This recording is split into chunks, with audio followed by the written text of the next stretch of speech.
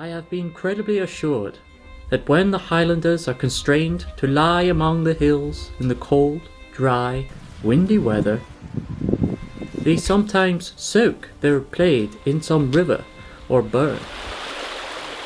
Once enveloped in the whole mantle, they lay themselves down on the heath upon the leeward side of some hill, where the wet and the warmth of their bodies make a steam like that of boiling a kettle. The wet, they say, keeps them warm by thickening the stuff and keeping the wind from penetrating.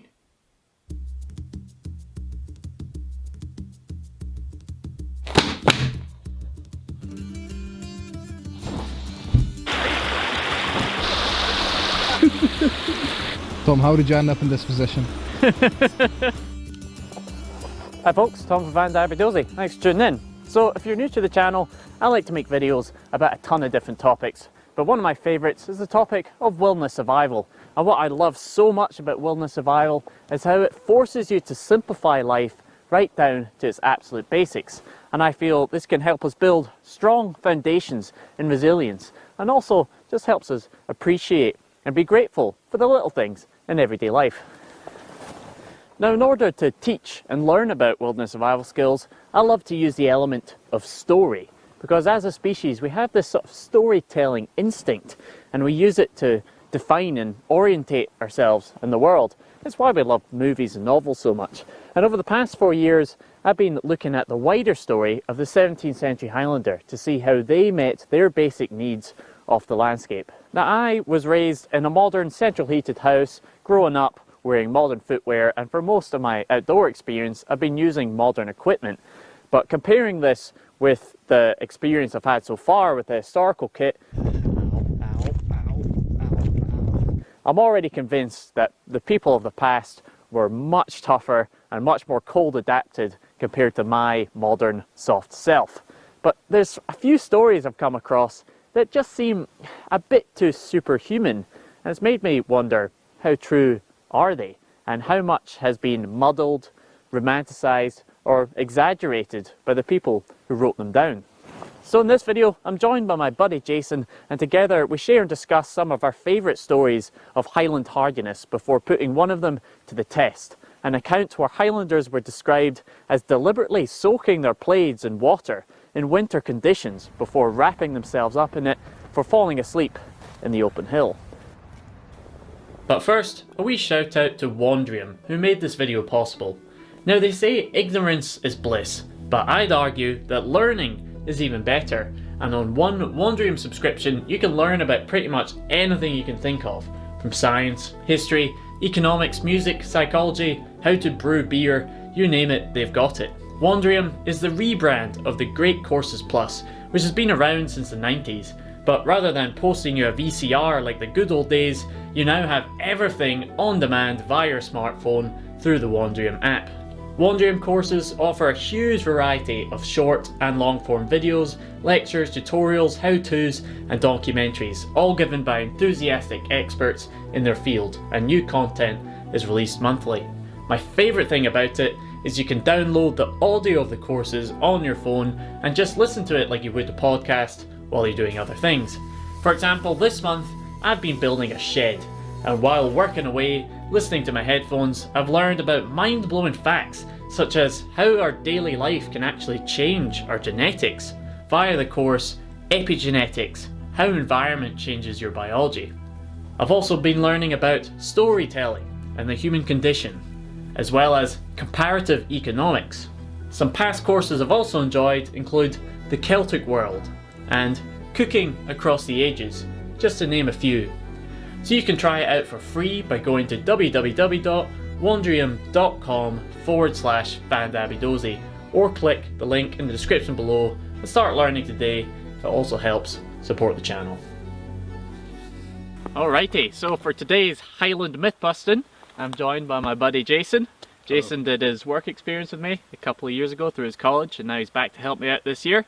Now, am I right in saying, Jason, was it my videos that first inspired you to start wearing the plaid? Yes, this is true. So that was a couple of years ago, and now this guy pretty much lives with his on. He wears it more than I do, and you haven't even worn normal shoes for the past 2 years, so Look at those toes. This guy takes it to another level, so he's perfect to come help me out for this little myth busting experiment. Now, first of all, what is the Scottish winter like? Now, we don't really experience the same extreme colds that you do in kind of Northern Europe and North America. The Scottish winter, you can kind of get a mix of everything. Sometimes in the same day, snow, rain, hail, sunshine. So although Scotland doesn't experience too extreme cold, statistically most hypothermia cases occur between -5 and 5 degrees Celsius, because that's the temperature range where you can both get wet and cold. So although Scotland's not extreme cold, you could say it's actually almost more dangerous compared to a very cold, dry climate. Now what about this reference to cold exposure? Well, for the rest of the video we're going to be looking at this book, Bert's Letters from the North of Scotland. And this was basically written by a British officer called Edmund Burt, who travelled the north of Scotland at the beginning of the 1700s, and he was writing letters back to his friend in London describing what he saw. Now bear in mind that Edmund Burt came from a privileged family, and some of the things he said about the Highlanders is quite snobbish and condescending, but he also described a lot of things about daily life, and to date this is still one of the best historical references we have for the Highlands in this time period. So now onto the story of Highland hardiness that Jason and I are actually going to test out. And interestingly, the story starts with what Bert describes as a rhodomontade or gasconade, which is basically means a boastful story for the sake of boasting. You know, it might not be true. And it's quite a funny gasconade. One of these gasconades is that the Laird of Keppoch, chieftain of the branch of MacDonald's, in a winter campaign against a neighbouring laird with whom he was at war about a possession, gave orders for rolling a snowball to lay under his head in the night, whereupon his followers murmured, "Now we despair of victory, since our leader has become so effeminate he can't sleep without a pillow." So yeah, he's saying he's a wuss because he needs a pillow, even though it's made out of snow. But that was a gasconade that starts the story. Bert then goes on to the thing we want to test. This and many other like stories are romantic, but there is one thing that at first thought might seem very extraordinary, of which I have been incredibly assured, that when the Highlanders are constrained to lie among the hills in cold, dry, windy weather, they sometimes soak the plaid in some river or burn, and then, holding up a corner of it a little above their heads, they turn themselves round and round until they are enveloped in the whole mantle. Then they lay themselves down on the heath upon the leeward side of some hill, where the wet and warmth of their bodies make a steam like that of boiling a kettle.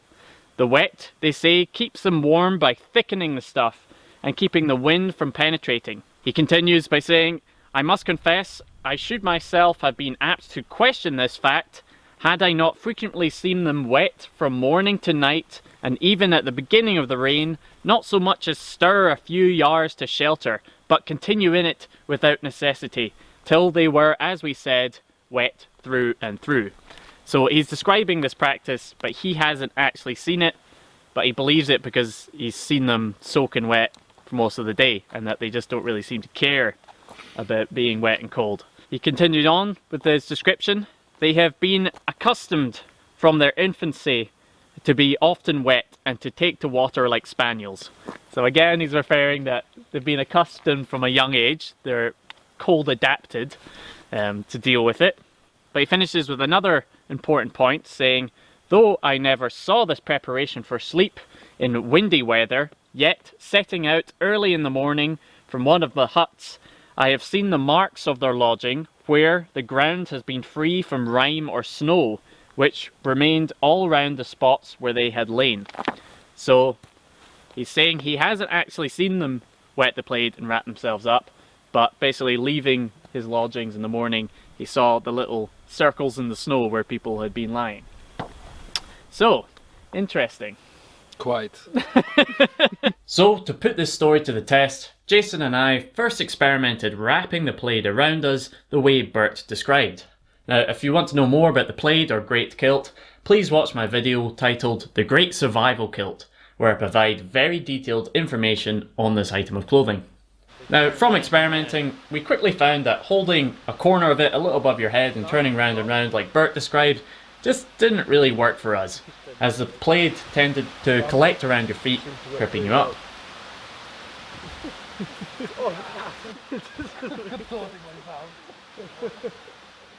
But after many attempts, we decided the best way was to first stand on one corner and then make the first wrap around your waist like you would a towel. You can then throw the rest of it around you, and with some practice you can do this in one swift motion, creating many layers of overlapping wool around your body. Oh, nice one. Did it work? Yeah, man, that worked.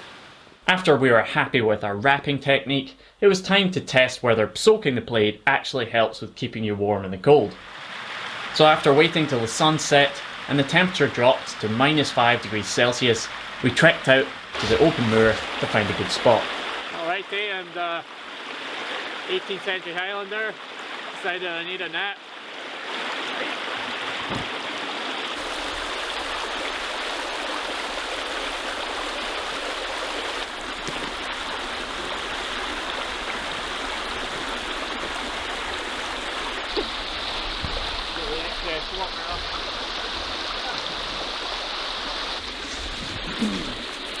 You're lucky you have something underneath.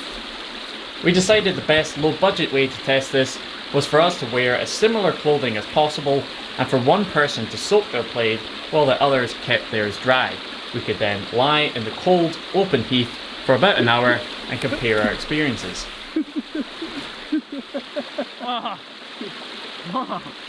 Fucking hell. Needless to say, folks, please don't try this at home. Tom, how did you end up in this position? Take some wrong turns in life. Or some right turns, depending on your perspective.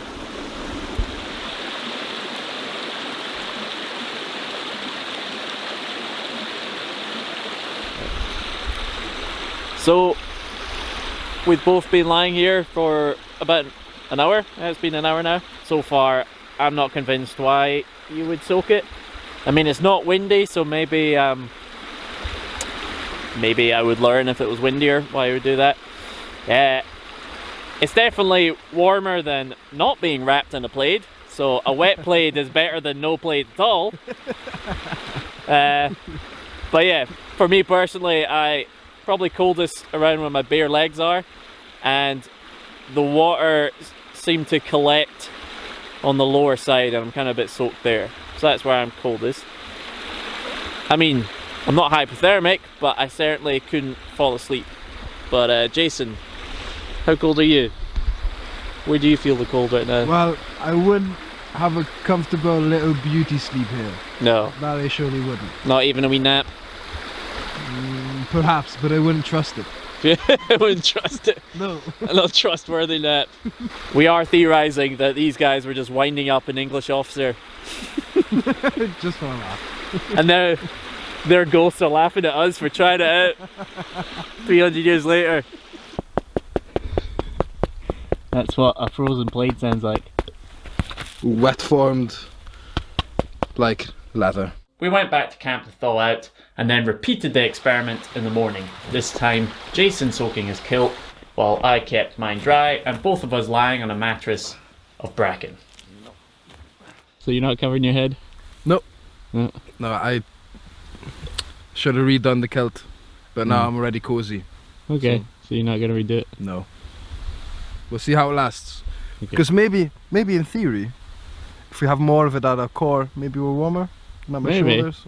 Who knows? But if you're in cold, dry, windy weather, you'd probably want to cover your head. Yeah. 20 minutes. 20 minutes. Jason's toes are too cold. My toes are indeed too cold. Bit chilly? No. It's just letting out some passion. Yeah. Passion for history. This is my passion for science. Yes. People ask me what I are, you know, when they look at me, I'm a scientist.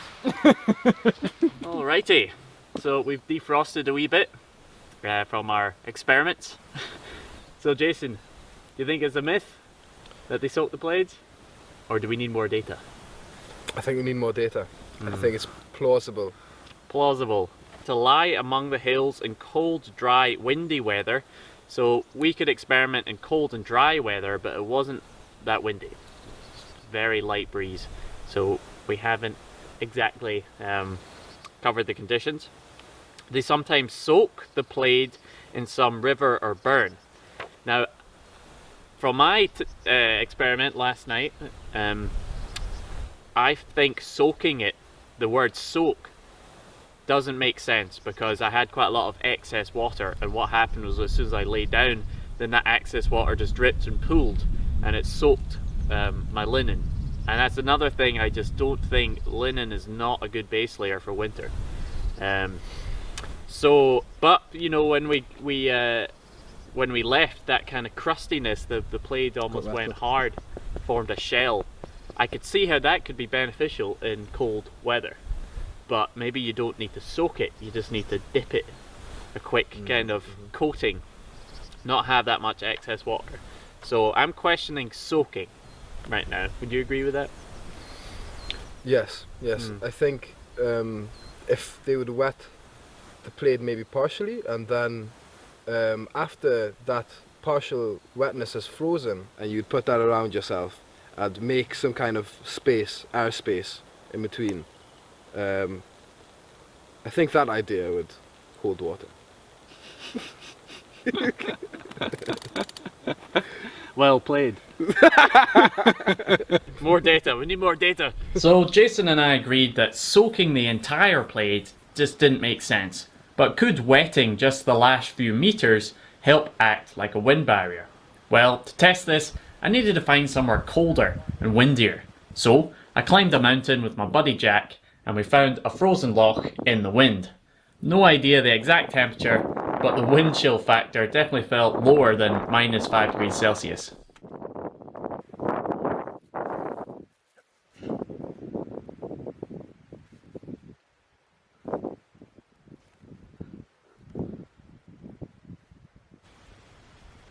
After lying in the heather for about 20 minutes, the wet section of the blade had already frozen, and comparing holding the frozen section with the dry section up to the wind, the frozen section was slightly better at shielding the wind. But this small advantage was still outweighed by the fact you had a block of ice next to your body, and putting the frozen blade back on after the experiment wasn't very pleasant. For good measure, and to compare different methods, I experimented wrapping a dry blade on a different winter hike in Torridon, and this time lying on a sheepskin to protect me from conduction from the ground.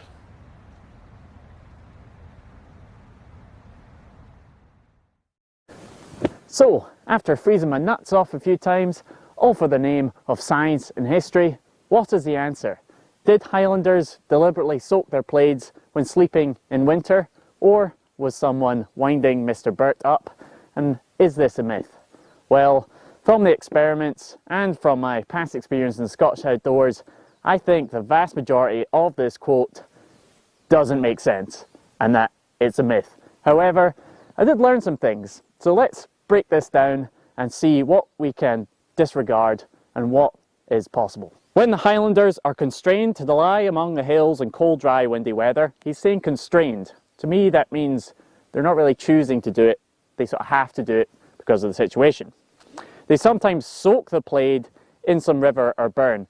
From that first experiment with Jason, soaking it doesn't make sense. To have that much excess water means you just drench your under layers of clothing and the water just pools on the side that you're lying, keeping you really wet and cold.